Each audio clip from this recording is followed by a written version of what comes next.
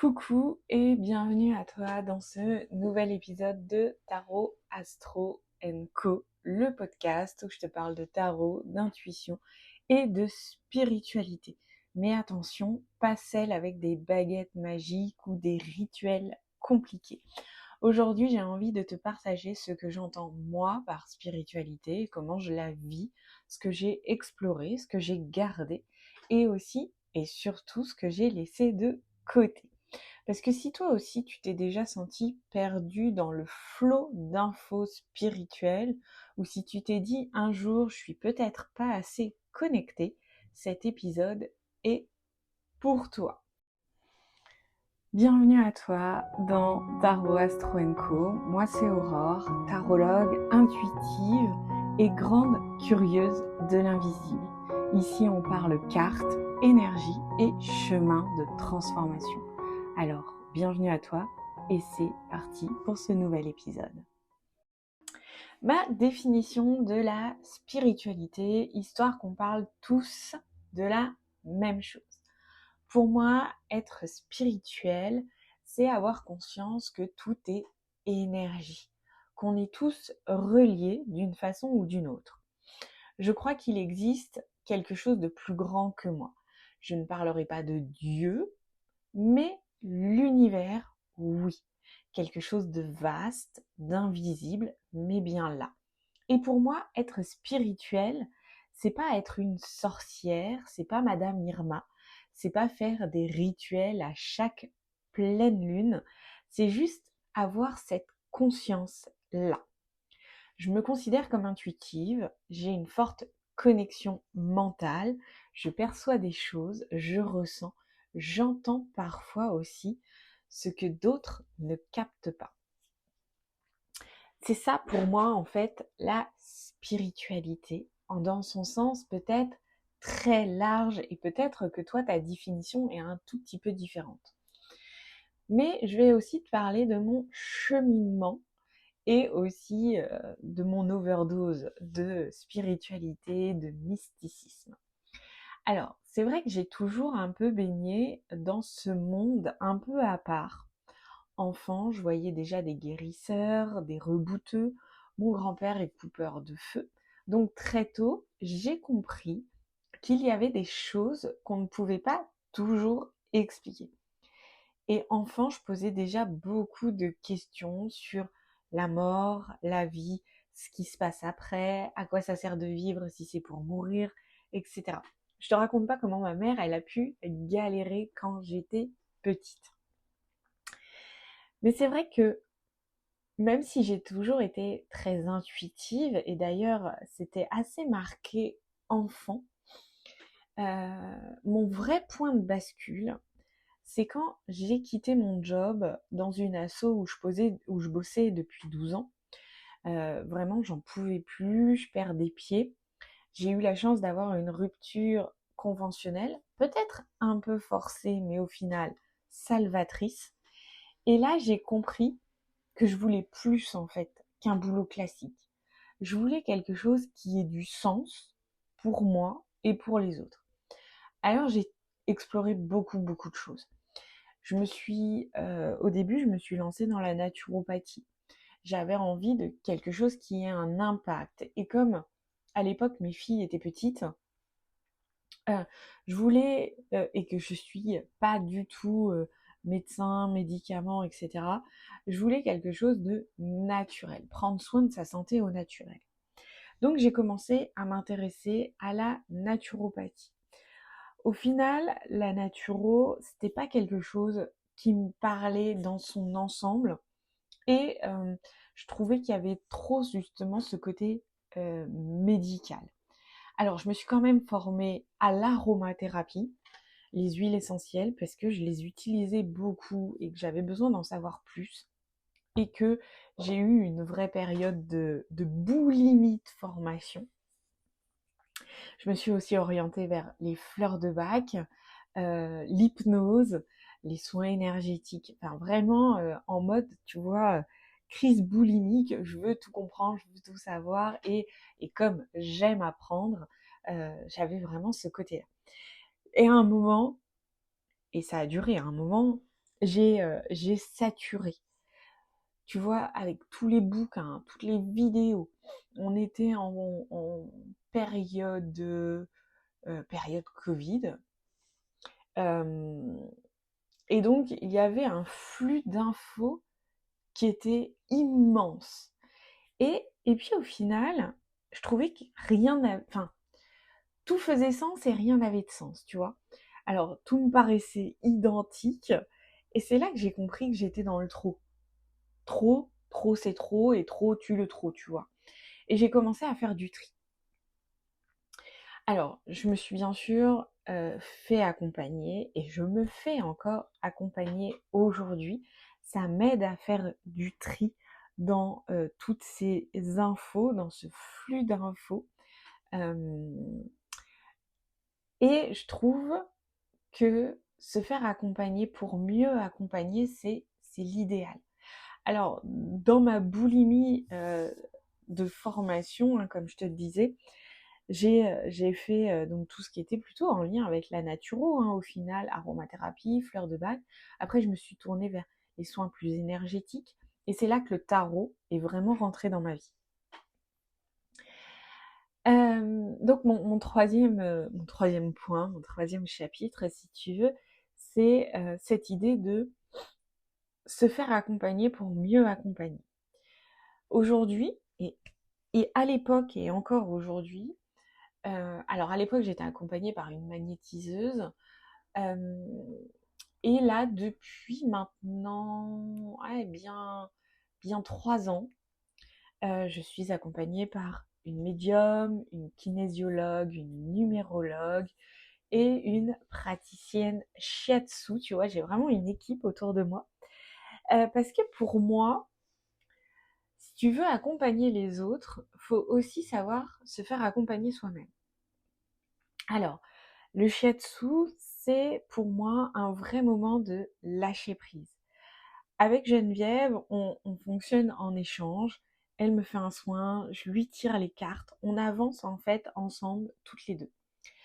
Ma kinésiologue, elle m'aide à libérer les blocages émotionnels, mes peurs, mes angoisses, mes petits tracas du quotidien, que ce soit en lien avec mon rôle de maman, mon rôle de thérapeute, et mon enfance aussi.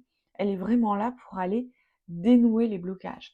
En fait, quand je vais la voir, je viens avec une problématique, ma problématique du moment. Alors, ça peut être ma peur de conduire, ça peut être ma difficulté à être dans l'abondance. Voilà, je viens avec ces problématiques-là, et elle va m'aider à aller creuser d'où part cette problématique, ce que ça vient générer chez moi, et comment me débarrasser de ça pour mieux avancer. Et depuis maintenant un petit peu, c'est plus récent, j'ai une médium qui me soutient, qui m'aide à me recentrer, à vérifier ma direction. Et la numérologie, que j'associe d'ailleurs beaucoup au tarot, elle m'aide à comprendre les cycles, les passages. Tu vois, je me suis fait un petit noyau en fait de pratiques et de praticiens autour de moi qui m'aident à avancer, à me comprendre, à mieux me connaître aussi, à aller dénouer les blocages.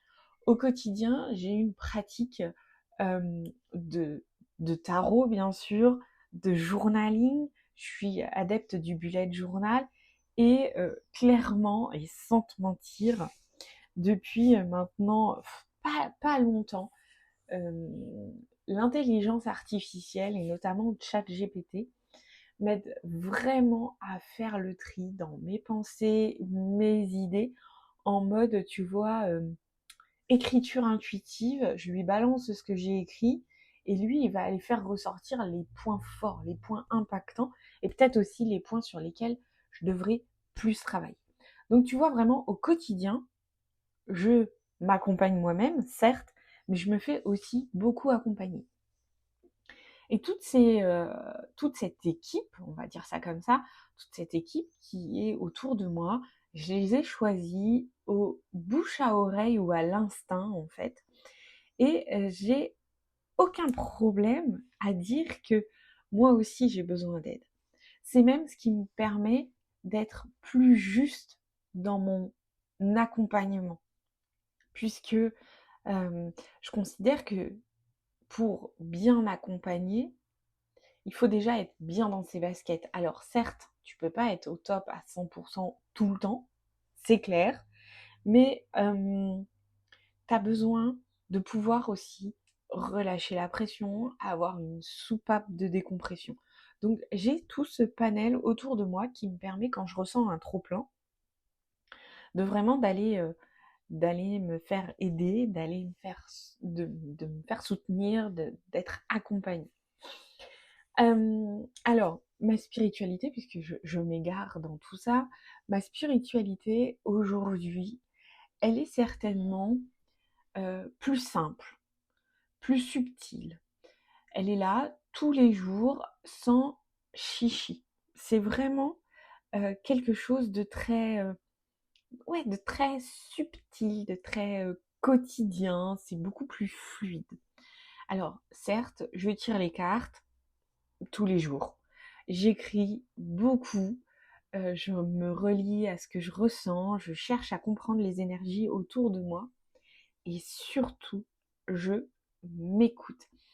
Et pas je m'écoute en mode, comment dire, euh,